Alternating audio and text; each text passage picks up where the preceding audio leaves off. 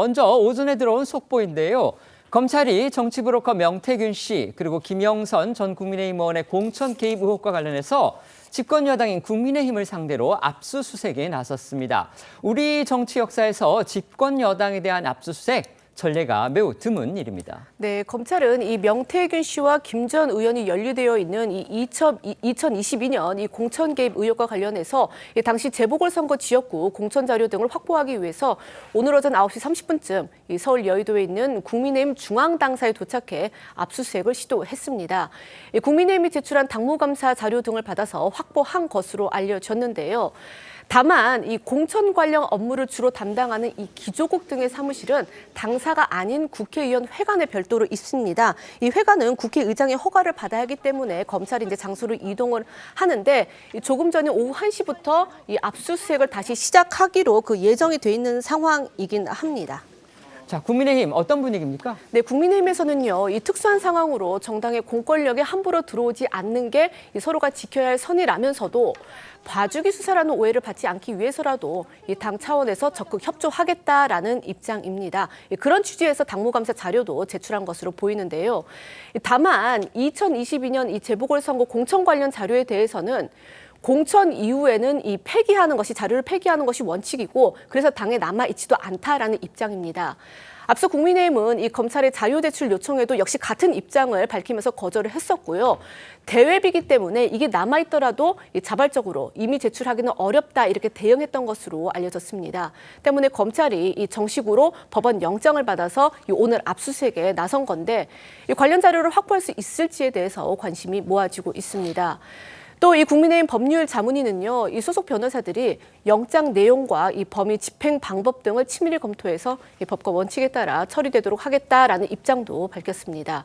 압수수색이 당의 불필요한 부분까지 이루어지게 할 수는 없는 만큼 면밀하게 대응을 하겠다는 겁니다.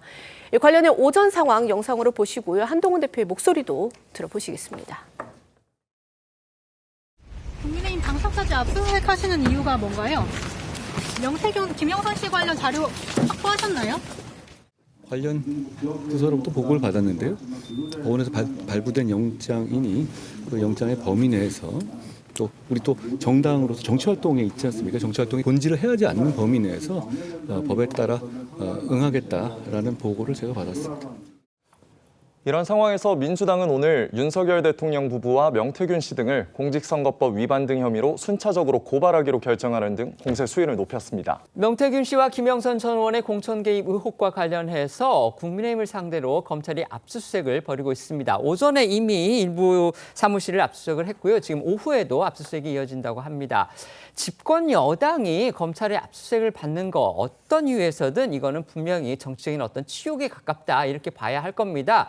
왜 이런 사태까지 이어지도록 여당과 그다음에 여권의 지휘부가 이런 사태를 이렇게 방치해놨는지 뭔가 책임론까지 제기될 수 있는 그런 상황이기도 한데 그런데 정작 여권 내에서는 그런 부분에 대한 목소리는 또 나오고 있지 않는 것 같습니다. 이 상황 어떻게 보십니까? 일단 그동안의 이 검찰에 대해서 사실 그 정치 사건을 수사하는 것에 대한 야당의 공격이 있었고요. 또 지금 검찰 탄핵을 하는 빌미를 또 일정 정도 줬다라는 의혹들이 가시지 않고 있습니다. 이런 상황에서 지금 그 사상 유례가 없는 집권 여당에 대한 압수수색을 들어갔는데 만약에 이것이 거부된다면은 그 세간의 이야기 되듯이 마치 또 정권과 검찰이 모종의 관계 속에서 수사를 진행한다라는 불필요한 오해를 받을 수 있기 때문에 그런 부분에 대한 오해를 불식시키기 위해서라도 불가피하게 압수수색을 받아들일 수밖에 없다라고 생각을 하는데요.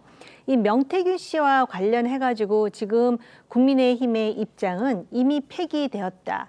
그리고 대외비다라고 하기 때문에 압수수색은 했지만 얼마나 유의미한 자료를 확보했을지는 지켜볼 일이라고 생각을 합니다. 네, 아까 유례 없는 일이라고 하셨는데요. 저희가 이제 기사들을 좀 찾아보니까 문재인 정부 당시에 그 여당의 지방 당사를 아마 압수수색한 그런 일은 있었나 봅니다. 그 때문에 전례가 전혀 없다라고 볼 수는 없지만 또 그렇다고 해서 전례가 아주 자주 있는 그런 일은 또 아닙니다. 말씀해 주시죠. 뭐 사실상 초유의 뭐 사태라고 저는 뭐 규정을 합니다만 그럼에도 불구하고 과연 검찰이 유의미한 자료를 확보할 수 있을까에 대해서는 저는 거기에 좀 갸우거려집니다.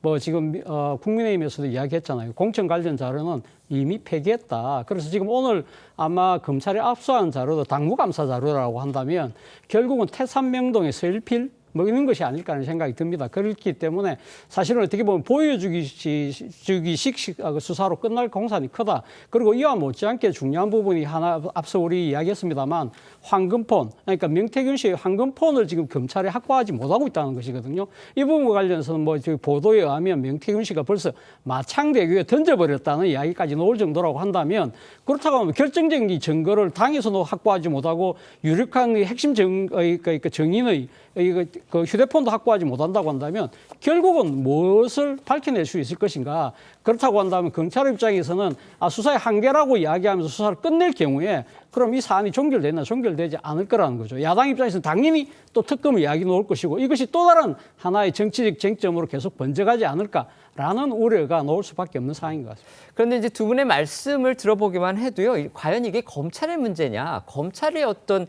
책임의 문제냐, 이건 좀 다른 차원의 문제일 것 같습니다. 휴대폰 버린 사람은 명태균 씨고 자료 없앤 측은 국민의힘이기 때문에 없는 자료를 어떻게 검찰이 찾아내고 만들어낼 수는 없는 일이기 때문에 결국 이게 검찰의 탓을 할 일은 아닌 것 같고요.